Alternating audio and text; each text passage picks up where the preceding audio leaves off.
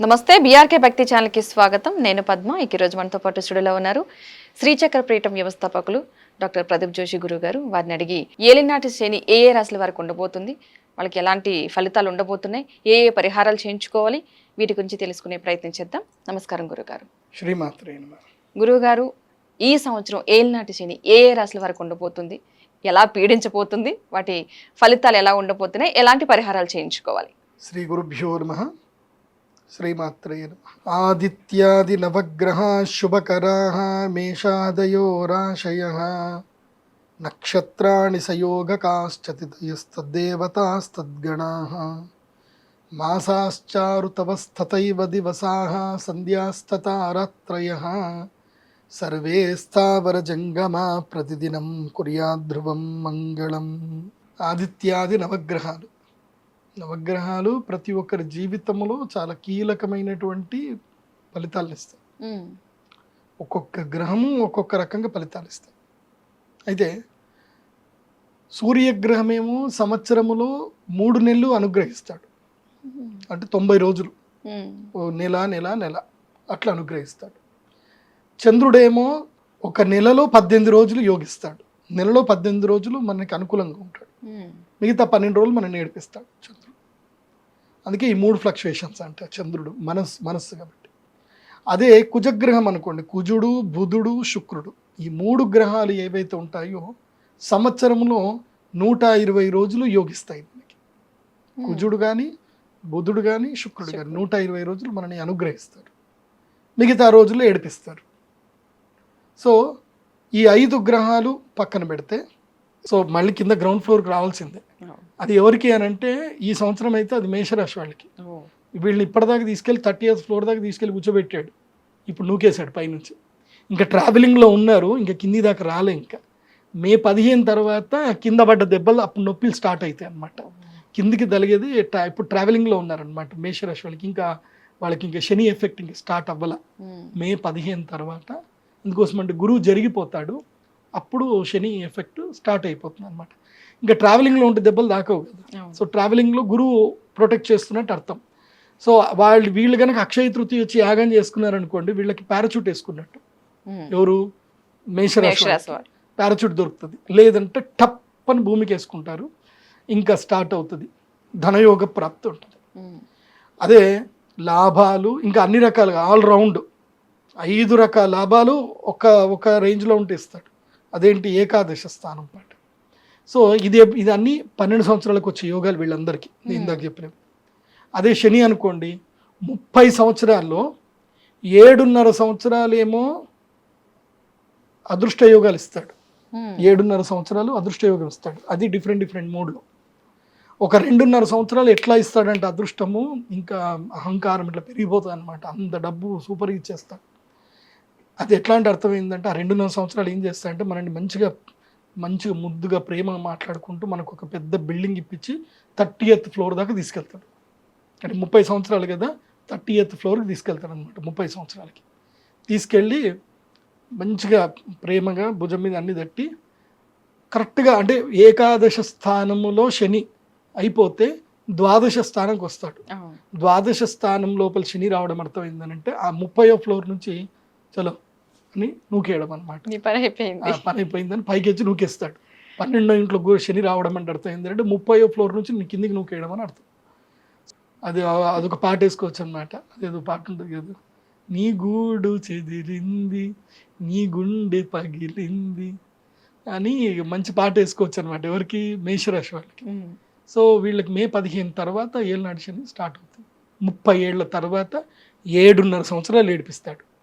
శని 7.5 సంవత్సరాలు యోగిస్తాడు. ఎలా యోగిస్తాడు అంటే 2.5 సంవత్సరాలు 2.5 సంవత్సరాలు 2.5 సంవత్సరాలు ఇలా గ్యాప్ ఇచ్చుకుంటూ యోగిస్తాడు. అంటే 30 ఏళ్లలో ఎవ్రీ ఒక 10 ఇయర్స్కి ఒక్కసారి గ్యాప్ ఇచ్చుకుంటూ లెక్కిస్తాడు. కానీ ఏడిపించడం మాత్రం కంటిన్యూ 7.5 సంవత్సరాలు ఏడిపిస్తాడు.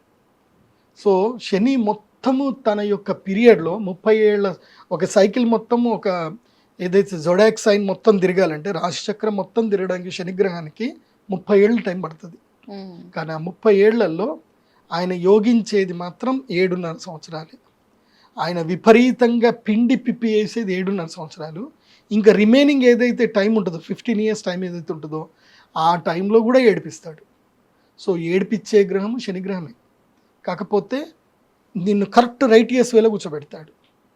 నీకు మంచి టీచర్ నిన్ను చిన్నప్పుడు నీకు బాగా నేర్పించి బాగా కొట్టి చేసి నీకు నేర్పిస్తే ఇప్పుడు నువ్వు ఒక మంచి పొజిషన్ ఉన్నప్పుడు అప్పుడు ఆ గురువుని తిట్టుకొని ఉండొచ్చు. కానీ ఒక మంచి పొజిషన్ వచ్చిన తర్వాత ఈజ్ మై రైట్ గురువురా, ఆ రోజు ఆయన నన్ను భర్త పెట్టి కొట్టకపోయి ఉంటే ఇవాళ నేను ఈ పొజిషన్ ఉండకపోతుండే. అప్పుడు ఆయన ఫార్మల్స్ నాకు గట్టిగా నేర్పించింది కాబట్టి వాళ్ళు నేను ఈ పొజిషన్ అని చెప్పుకునేది ఎవరు అంటే శనిగ్రహమే. ఈజ్ ద రైట్ గురువు అనమాట. కాకపోతే అందరూ ఆయన నచ్చ చెప్పి గోరు ముద్దలు పెట్టే రకం కాదు, వాతలు పెట్టి మరీ పని నేర్పిస్తాడు. సో అదే ఏలినాటి శని అంటే. ఏలినాటి శని 3 రకాలు ఉంటుంది. ఒకటి నెత్తి మీద శని ఉంటాడు. 12వ స్థానంకి వస్తే శని నెత్తి మీదకి వచ్చినట్లు లెక్క. శని నెత్తి మీదకి వచ్చాడు అంటే అర్థం ఏంటంటే అహంకారం పెరిగిపోతుంది, కోపం వస్తుంది, అత్యాశ పెరుగుతుంది, లిటిగేషన్, ల్యాండ్లు కొంటారు, సెటిల్మెంట్స్ వేసుకుందామని అనుకుంటారు, ఏదో చేస్తామంటారు, తీరాను అగ్రిమెంట్ చేసుకొని సేల్డీడ్ చేసుకున్నాక వాడు వస్తాడు. మధ్య ఒకటి జరిగింది, వాళ్ళు దుర్మార్గులు మొత్తం అంతా గ్యాంగే. అది ఏం చేస్తారు, ఒక మంచి ల్యాండ్ చూపిస్తారు, అమ్మేస్తారు, ల్యాండ్ సేల్డీడ్ అయిపోతుంది, డబ్బులు తీసుకుంటారు. వీళ్ళు మొత్తం ప్రీ ప్లాన్గా ఉంటారు, ఆల్రెడీ వాడికి అగ్రిమెంట్ చేసి ఇస్తారు ఎవడికో వాడి ఫ్రెండ్కే. వీడు మొత్తం కొనుక్కున్నాక వీడు డబ్బులు తీసుకున్నాక 15 రోజులకు వస్తాడు వాడు. వీడు ఇంకెందుకు కొనుక్కున్నా ఇట్లా అని అనుకునేసరికి వాడు ఏదైనా పని చేస్తాడా, ఇంక దాని మీద ఇంకా పెట్టుబడి పెడతాడా అని చూసినప్పుడు అప్పుడు వాడు వస్తాడు, నేను అగ్రిమెంట్ చేసుకున్నా అని చెప్పి వాడు కేసు ఇస్తాడు వీడి మీద. వీడు ఆల్రెడీ నాకు అగ్రిమెంట్ చేసి నీకు ఎట్లా అమ్ముతాడు అంటాడు. కథం, బాయ్ బాయ్, ఇంకా అయిపోయి. ఇక వాడు ఏడ్చుకుంటూ కూర్చోవాలి. ఇంకా అయితే వీడికి సెటిల్మెంట్కి వీడు డబ్బులు ఇవ్వాలి, లేకపోతే కేసు నడుస్తూ ఉంటుంది. ఇక తేలదు, ఇంకా లైఫ్ అయిపోద్ది, జీవితం అయిపోతుంది. సో ఈ విషయంలో భారతదేశంలో చట్టాలు చాలా మారాలి. అట్లా మారకపోతే కష్టం. కానీ ఇట్లా ఉంటాయి. ఈ ఏడికించి ఇరుకులు పడతారబ్బా ఎవరు, ఏలినాటి శని బిగినింగ్ అయింది అని అంటే 2.5 సంవత్సరాలు ఉన్నాయన్నీ పోగొట్టేస్తాడు. పోగొట్టి ఇంకేం లేదు, ఇంకా ఏడవడానికి కన్నీళ్ళు తప్ప ఇంకేం ఉండవు అక్కడ. భార్య పిల్లల్ని దూరం చేస్తాడు, భార్య తనంతానే దూరం చేసుకునేటట్టు కూడా చేస్తాడు. భార్య మీద అనుమానం స్టార్ట్ అవుతుంది, అది భర్త మీదైనా భార్య మీదైనా. మా ఆయన ఎవరితోటో బాగా మాట్లాడుతున్నాడు రాత్రి, అవి స్టార్ట్ అయిపోతుంది. ఇంకా ఆడ మాట్లాడేది ఉండదు, ఆడ ఏముండదు ఆడ. కాకపోతే అనుమానం స్టార్ట్ అవుతుంది. ఎవరు ఆవిడ, ఎవరు? దాదాపు మగవాళ్ళ జీవితంలో 100కి 90% మగవాళ్ళ జీవితంలో ఇదో క్వశ్చన్ ఉంటుంది, ఎవరు ఆవిడ? ఆవిడ ఎవరు ఎవరికి పాపం వాళ్ళకు కూడా తెలియదు. ఆ 90లో 80 మందికి తెలియదు ఆవిడ ఎవరు, వాళ్ళకి తెలియదు. కానీ ఆవిడెవరు, ఎవరు ఆవిడ? ఆవిడెవరో పాపం వీళ్ళకి తెలియదు, ఆవిడకి తెలియదు. కానీ ఆవిడ అనే మాత్రం ఉంటుంది, ఫోన్లో మాట్లాడుతుంది ఆవిడ, మెసేజ్లు చేస్తుంది, ఆవిడ ఎవరో మాత్రం తెలియదు, పాపం వాళ్ళకు కూడా తెలియదు. సో ఈ ఆవిడ అనేది వచ్చి వాళ్ళ జీవితం మొత్తం ఆవిరైపోతుంది. కాబట్టి ఇది ఏలినాటి శనిలో జరిగేటువంటి ఫస్ట్ ఇంపాక్ట్. 2.5 సంవత్సరం జరిగే ఫస్ట్ ఇంపాక్ట్స్ అన్ని ఇట్లే ఉంటాయి. అనుమానం రావడము, కుటుంబం కలహాలు రావడము, అన్నదమ్ముల మధ్యన వైరం రావడము, ఉద్యోగాలు పోవడం, ఇట్లా జరుగుతాయి. ఇంకా రిమైనింగ్ 2.5 సంవత్సరాలు ఉంటుంది.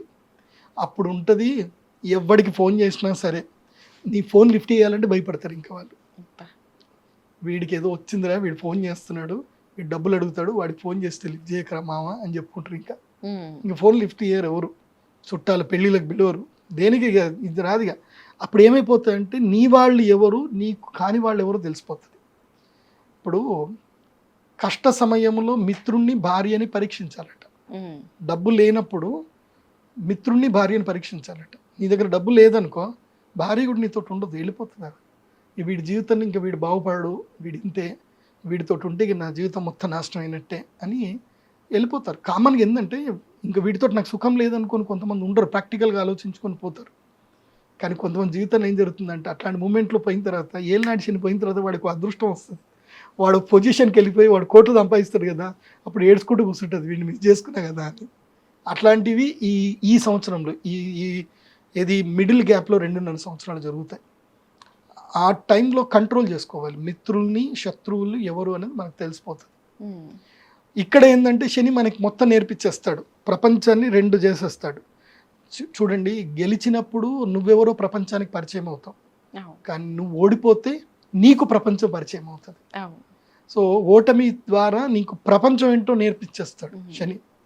అప్పుడు తెలుసుకొని మిగతా 2.5 సంవత్సరం లోపల డెవలప్ అవుతాడు, సెల్ఫ్ సస్టైన్ డెవలప్ అవుతాడు, మనిషి స్ట్రాంగ్ అవుతాడు. ఇంకా అప్పుడు నేర్చుకుంటాడు, నో చెప్పడం నేర్చుకుంటాడు జీవితంలో. నో అని చెప్పడం నేర్చుకుంటాడు, దేనికి అవసరమో దానికి ఎస్ అని చెప్పడం నేర్చుకుంటాడు. సో ఏది వదిలిపెట్టాలి, ఏది పట్టుకోవాలి, ఏది వదిలిపెట్టాలి, ఇదంతా ఏలినాటి శని అన్నాక తెలుస్తుంది.